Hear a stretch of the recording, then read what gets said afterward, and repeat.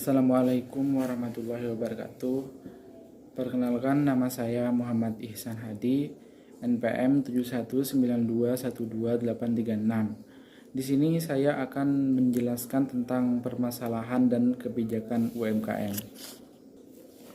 Kebijakan pemerintah di dalam pengembangan pemerintahan daerah atau otonomi daerah juga merupakan suatu peluang besar bagi UMKM di daerah karena salah satu syarat utama menjadi otonom adalah bahwa daerah yang bersangkutan harus punya pendapat daerah yang cukup untuk membiayai roda perekonomian.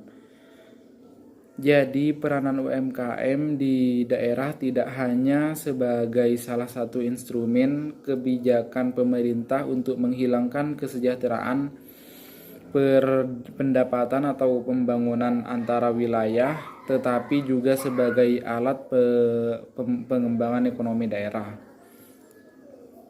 Permasalahan yang sering dihadapi oleh UMKM, yang pertama, pemasaran sering dianggap sebagai salah satu kendala yang kritis bagi perkembangan UMKM. Salah satu aspek yang terkait dengan masalah pemasaran adalah tekanan-tekanan persaingan baik pasar domestik dari produk serupa buatan usaha besar dan impor maupun di pasar ekspor. Yang kedua, keterbatasan finansial. Khususnya di Indonesia mendapati dua masalah utama dalam aspek finansial: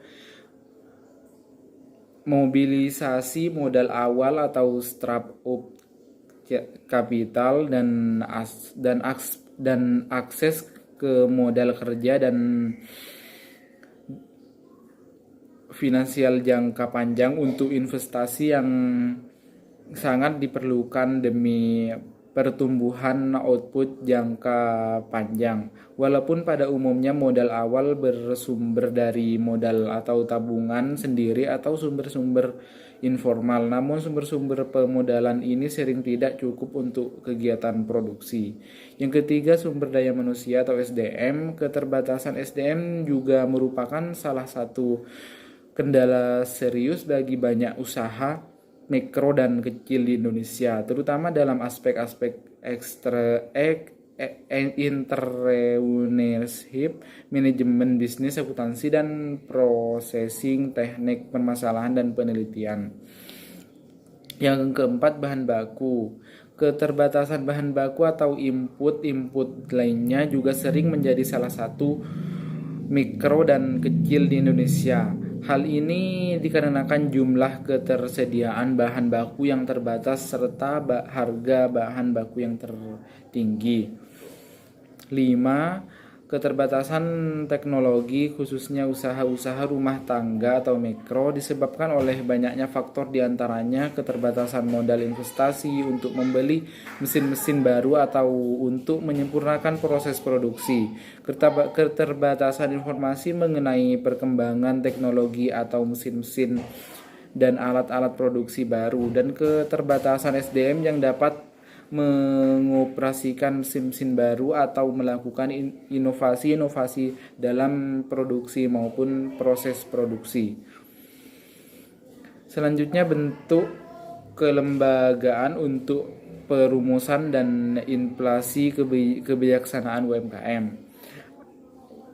Arah kebijaksanaan kebijaksanaan perkembangan UKM di Indonesia dinyatakan secara eksplisit di dalam garis besar haluan negara atau GBHN tahun 1999 sampai 2024. Pemodalan kebijaksanaan negara ini menggarisbawahi 28 butir periode tahun 1999 sampai 2004.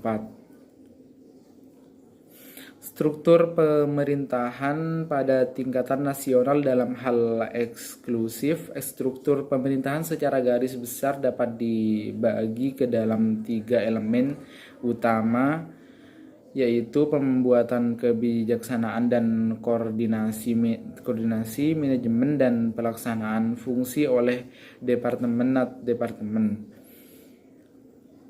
Untuk setiap elemen adalah sebagai berikut: yang A, pembuatan kebijaksanaan koordinasi, yang kedua manajemen, yang ketiga departemen, yang keempat materi negara, yang terakhir badan-badan pelaksana.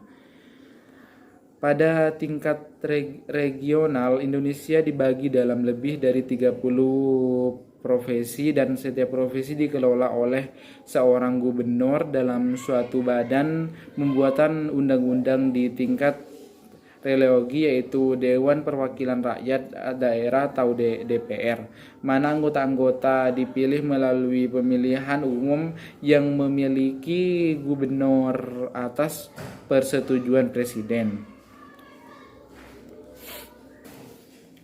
Baik, cuman itu yang bisa saya sampaikan tentang permasalahan dan kebijakan UMKM. Selebihnya, wassalamualaikum warahmatullahi wabarakatuh.